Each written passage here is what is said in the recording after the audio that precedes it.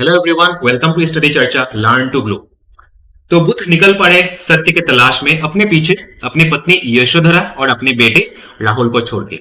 और ये जब महल छोड़ के, महल राजपट सब जो छोड़ के चल रहे थे, तब अपने साथ ही लेके गए अपने सारथी, जो उनका जो रथ था वो जो चलाते थे उनको भी लेके गए, और जो घोड़ा था इसको भी लेके गए अनोमिया नदी के सामने। और इस अनोमिया नदी के सामने बुद्ध ने अपने बाल वगैरह पूरे काट लिए। फिर एक जो राजकुमार का जो जो कपड़ा होता है वो सब इस नदी के सामने ही उन्होंने छोड़ दिए, और फिर अपने कपड़े वगैरह सन्यासी का वेश में ले लिया, है ना। तो फिर वहां पर बुद्ध ने फैसला किया कि नहीं, मुझे यहां से जो आगे का रास्ता है मुझे अकेले ही तय करना है। तो फिर क्या, बुद्ध ने अपने पीछे अपने जो सारथी थे इनको भी यहाँ पर ही छोड़ दिया, और अपने पीछे जो घोड़ा लेके गए थे इसको भी यहाँ पर रख के बुद्ध अकेले ही निकल पड़े सत्य के तलाश में। तो फिर बुद्ध चलते चलते पहुंच गए राजगीर में। और ये जो राजगीर है यह पड़ता है बिहार में। बुद्ध जब राजगीर पहुंचे, बुद्ध को कुछ दोस्त मिले, 5 दोस्त मिले। और ये जो 5 दोस्त थे, ये 5 दोस्त भी कर रहे थे सत्य की तलाश। तो फिर क्या, बुद्ध और ये जो 5 दोस्त ये एक साथ हो गए, और फिर इन्होंने फैसला किया कि यहां से हम लोग एक साथ ही सत्य की तलाश करेंगे। फिर कहानी ले लेता है एक अलग। Sujata the lady who offered milk rice. Milk rice यानी कि खीर। सुजाता टेम्पल, ये जो मंदिर दिखाई दे रहा है, इस मंदिर का नाम है सुजाता टेम्पल। और ये पड़ता है आपका सुजातागढ़, एक गांव है, और ये गांव पड़ता है फाल्गु नदी, और फाल्गु नदी पड़ता है बोध गया बिहार में। और इस सुजातागढ़ में ही है सुजाता टेम्पल। अब देखिए, ये जो सुजातागढ़ नाम पड़ा, ये नाम पड़ा उस के नाम पर जिसने बुद्ध को ये मिल्क राइस यानी कि खीर ऑफर किया था। और हर साल देश और दुनिया के अलग अलग लोग आते हैं, भक्त आते हैं, और इस मंदिर में पूजा वगैरह करते हैं और अलग अलग अपने ऑफरिंग्स रखते हैं। उसमें से एक हो गया एक रेड फ्लैग, जिसको बोला जाता है पंचशील। ये जो आपको साइड में ये जो फ्लैग दिखाई दे रहा है, इसका नाम ही है पंचशील। पंच माने 5, इसलिए इस फ्लैग में आपका 5 कलर दिखाई दे रहा है, 1 2 3 4 5, है ना।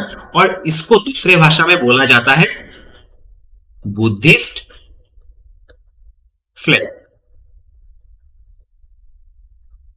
क्योंकि बुद्ध को जो इनलाइटनमेंट हुआ था, बुद्ध का जो सच का जो रास्ता जो बुद्ध को मिला था, वो मिला था आपको 49 डेज ऑफ कंटिन्यूअस मेडिटेशन के बाद। मतलब कि 49 डेज जब उन्होंने कंटिन्यूअस ध्यान किया था, उसके बाद ही बुद्ध को ये सत्य के तलाश बुद्ध का पूरा हुआ था।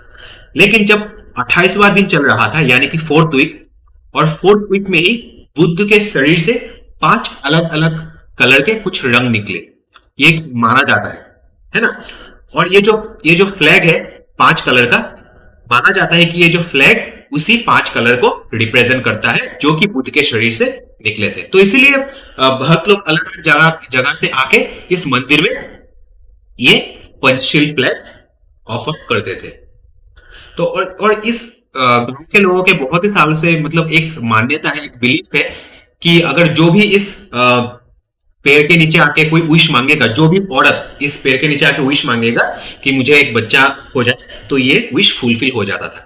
और फिर अगर जब फुलफिल हो जाता था अपना विश, तो फिर इस मंदिर के नीचे आके वो ये मिल्क राइस यानी कि खीर वगैरह भेंट किया करते थे। तो वैसे ही सुजाता ने भी आके यहाँ पर आके विश मांगा इस पीपल के पेड़ के नीचे कि अगर मुझे कोई बच्चा हो जाए तो फिर मैं आपको आके मिल्क राइस ऑफर करूंगा इस पीपल के पेड़। फिर क्या, एक दिन सुजाता को बच्चा हो गया। फिर सुजाता ने अपने घर के जो नौकरानी थे, जिसका नाम था पन्ना, उसको भेजा इस पीपल के पेड़ के पास। और फिर जो उसके आसपास के जो एरिया था पीपल के पेड़ का, उसको साफ करने के लिए बोला, ताकि सुजाता आके वहां पर मिल्क और राइस यानी खीर वगैरह पेट कर पाए। लेकिन जब पन्ना वहां पर पहुंची तो उसने देखा कि एक बहुत ही कमजोर सा लड़का आके ध्यान कर रहा था। तो ये साथ ही साथ पन्ना ने आके सुजाता को बोल दिया कि देखिए, ऐसा ऐसा एक लड़के को देखा जो कि ध्यान कर रहा है पीपल के पेड़ के नीचे, है ना, और उसके चेहरे में कुछ अलग सा ही चमक है। तो ये बात जब सुजाता ने सुना तो सुजाता ने साथ ही साथ तैयार कर दिया अपने, साथ ही साथ बना लिया खीर और पहुंच गई इस मंदिर के सामने। और सुजाता ने सोच लिया कि ये जो लड़का बैठा हुआ था पीपल के पेड़ के नीचे, सोच लिया था ये जो पीपल का पेड़ है उसी पेड़ का कोई है। तो सुजाता ने जाके इस पेड़ के नीचे आके बोला, hey banyan god please accept my offering, यानी कि हे पीपल के देवता, मैंने जो आपको जो भेंट किया है खीर, ये प्लीज ग्रहण कीजिए। तो लेकिन क्या हुआ उसके बाद, और आंखें खोली बुद्ध ने बोला, देखिए मैं तो कोई पीपल का भगवान हूं नहीं, मैं तो एक साधारण सा इंसान हूं जो कि सत्य की तलाश में इधर उधर भटक रहा हूं।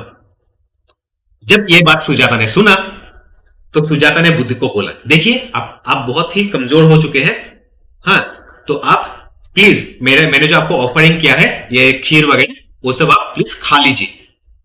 तो बुद्ध ने बोला, नहीं मुझे नहीं खाना है, मुझे फिर से ध्यान करना है। तो फिर क्या, बुद्ध ने इसको रिजेक्ट कर दिया, सुजाता के ऑफर को मिल्क एंड राइस का।